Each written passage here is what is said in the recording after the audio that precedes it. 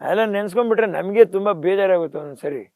Investigation ಎಲ್ಲ ಏನಿಲ್ಲ, ನನ್ ಕಣ್ಣಾರ ನಾನು ನೋಡಿರೋದು. ನನಗ್ ನೋಡಿ ನಾನೇನು ಹೆದರ್ಕೊಳ್ಳಲ್ಲ. ವಿಷ್ಣುವರ್ಧನ್ ಅವರು ಒಂದು ಫಂಕ್ಷನ್ಗೆ ಹೋಗಿದ್ವಿ, ಅಮ್ಮ ವಿಷ್ಣುವರ್ಧನ್ ಅವರು ಅಮ್ಮವರು ನಾನು.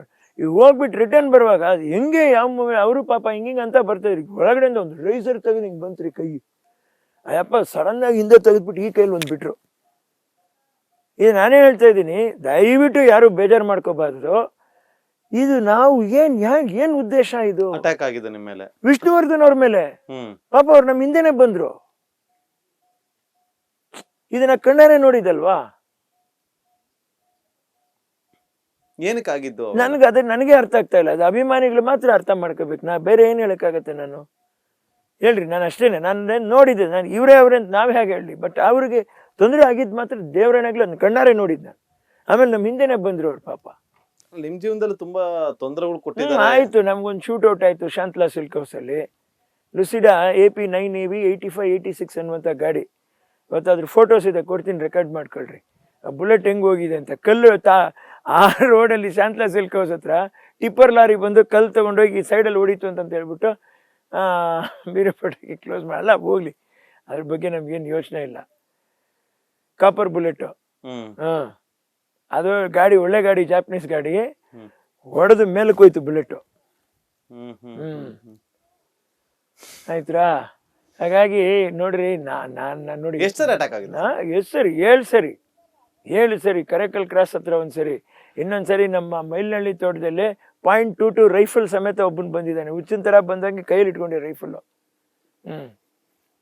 ಯಾಕೆ ಏನು ಅಂತಾನೆ ಗೊತ್ತಿಲ್ಲ, ವಿಚಿತ್ರವಾಗಿದೆ ನಮ್ಗೆ ಇದೆಲ್ಲಾನು.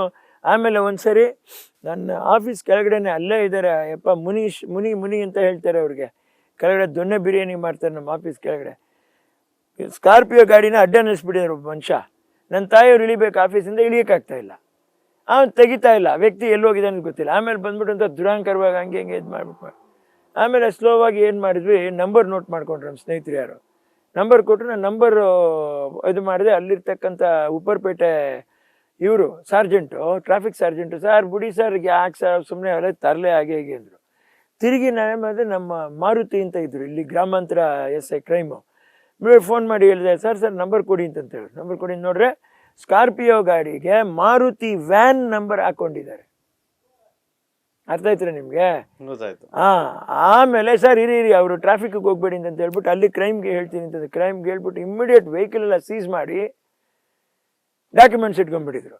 ಅವ್ನು ಹೋಗಲ್ಲಿ ಎಷ್ಟೋ ಮಾತ್ರ ಮನೆ ಸರಿಯಾಗಿ 4 ಬಿಟ್ಬಿಟ್ಟು ಆಮೇಲೆ ಲಾಸ್ಟಲ್ಲಿ ಹೋಗಲ್ಲ, ಕೇಳಲ್ಲ, ಸಾಹೇಬ್ರು ಹೇಳಿ ಕೊಡ್ತೀನಿ ಅಂದರೆ ಮಾತ್ರ ಕೊಡ್ತೀನಿ, ಇಲ್ಲಾಂದ್ರೆ ಮುಗಿತ್ಕೊಂಡು ಡಾಕ್ಯುಮೆಂಟ್ಲ ನೀನು ಫುಲ್ ಕೂರಿಸ್ತೀನಿ ಒಳಗಡೆ ನಿನಗೆ ಅಂತ ಹೇಳಿ. ಆಮೇಲೆ ಬಂದು ತಪ್ಪಾಯ್ತು ಅಂತ ಕೇಳಿದೆ. ನೋಡಪ್ಪ ವಿನೋದ್ ರಾಜ್, ಲೀಲಾವತಿಯವರನ್ನ ಬಿಟ್ಟು ಈ ಕುರ್ಚಿ ಮೇಲೆ ಬೇರೆ ಯಾವುದಾದ್ರೂ ಯುವತಿನ ಕೂರಿಸ್ಕೊಂಡು ನಿನ್ನ ಕಾಲಲ್ಲಿರೋದ ಕಳಚಿ ಕಪಾಳ ಕೊಡಿ ಅಂತ ಹೇಳಿದೆ. ನಾನು ನನ್ನ ತಾಯಿನ ಕೂರಿಸಿದ್ದೀನಿ, ಅವ್ರ ವಯಸ್ಸಿಗೆ ಅಲ್ಲೇ ನಿಂತ್ಕೊಂಡಿರೋದು, ನೀ ಗಾಡಿ ತಗೊಂಡ್ಬಂದಿಲ್ಲ, ಎಷ್ಟು ಒದ್ದಾಡಿರ್ಬೋದು, ನನ್ನ ತಾಯಿ ಕಾಲ್ಗಳು ಎಷ್ಟು ನೋವಾಗಿರ್ಬೋದು. ಏನಪ್ಪ ನೀನು ಒಂದು ತಾಯಿಗೆ ತಾನೇ ಹುಟ್ಟಿದವನು, ನಿನ್ನ ಕನಿಕರ ಬರಲಿಲ್ವೇನಯ್ಯ ಅಂತ ಕೇಳಿದೆ ನಾನು. ಕಣ್ಣು ನೀರು ಹಾಕ್ಬಿಟ್ಟ. ನಾ ತಪ್ಪ ಬೇಡ ಕಾಲಿಗೆ ಯಾಕಪ್ಪ ಬೀಳ್ತೀಯ, ನಾವೆಲ್ಲ ಮನುಷ್ಯರೇ, ನಾವು ಆಶೀರ್ವಾದ ಮಾಡಿದ್ರೆ ನೀನು ಉದ್ಧಾರ ಆಗಲ್ಲ. ತಗೊಳಪ್ಪ, ಹೋಗಿ ತಗೊಂಡು ಫೋನ್ ಮಾಡಿ ಹೇಳ್ತೀನಿ, ಡಾಕ್ಯುಮೆಂಟ್ಸ್ ತಗೊಂಡು ಹೋದ. ಇದು ನಾ ಹೇಳ್ತಾ ಇದ್ದೀನಿ, ಈ ಭಾವನೆಗಳು, ಇದು ಅಭಿಮಾನಿಗಳ ಒಳಗಡೆ ಎಲ್ಲೂ ಯಾವತ್ತೂ ಕ್ಲಾಶ್ ಆಗಲೇಬಾರ್ದು. ನಾ ಯಾಕೆ ಈ ಮಾತು ದಯವಿಟ್ಟು ಹೇಳ್ತಾ ಇದ್ದೀನಿ, ಬೇಜಾರು ಮಾಡ್ಕೊಂಬಿಡ್ರಿ. ಇದು ಬೇರೆ ಭಾಷೆಗಳಲ್ಲೂ ಬೇರೆ ನಾಡುಗಳಲ್ಲೂ ಇದು ನಡೆದ್ರೂ ಇದು ಸಮರಸವಾಗಿ ಒಂದು ತೀರ್ಮಾನಕ್ಕೆ ಬಂದು ಆಮೇಲೆ ರಿಲ್ಯಾಕ್ಸ್ ಆಗಿದ್ದಾರೆ. ನಮ್ಮಲ್ಲಿ ರಿಲ್ಯಾಕ್ಸೇಷನ್ ಆಗೇ ಇಲ್ಲ, ಬೂದಿ ಮುಚ್ಚಿದ ಕೆಂಡ ಥರನೇ ಇದೆ. ಯಾವತ್ತಾದ್ರೂ ನಾನು ಎದ್ದೇಳ್ತೀನಿ, ನೀನು ಎದ್ದೇಳಿ, ಹೀಗಾದರೆ ನಾವು ಹೇಗೆ ಸಿನಿಮಾ ಮಾಡಕ್ಕೆ ಬಂದಿದ್ದೀವ, ಜೀವನ ಮಾಡಕ್ಕೆ ಬಂದಿದ್ದೀವ, ಹೆಸರು ಸಂಪಾದನೆ ಮಾಡಕ್ಕೆ ಬಂದಿದ್ದೀವ, ಜಗಳ ಮಾಡಕ್ಕೆ ಬಂದಿದ್ದೀವ, ಕೊನೆ ಉಸಿರುವರೆಗೂ ಒಬ್ರಿಗೊಬ್ರು ಅಂತ ನಾವು ಲಾಸ್ಟಲ್ಲಿ ನಾವಲ್ಲ ಅನ್ನೋ ಥರ ಮೂರನೇವ್ರಿಗೆ ಲಾಭ ಮಾಡ್ಕೊಡಕ್ಕೆ ಬಂದಿದ್ದೀವ. ನಾನು ಇದನ್ನೇ ಕೇಳ್ತಾ ಇರೋದು. ಇದು ಚಿತ್ರರಂಗ ಮಾತ್ರ ಅಲ್ಲ, ನಮ್ಮ ರಂಗ ನಾವು ನಿಮಗೆಲ್ಲ ಬೇಕಾಗಿರೋರಾಗಿ ಕಾಣಿಸ್ಕೋತಾ ಇದ್ದೀವಿ.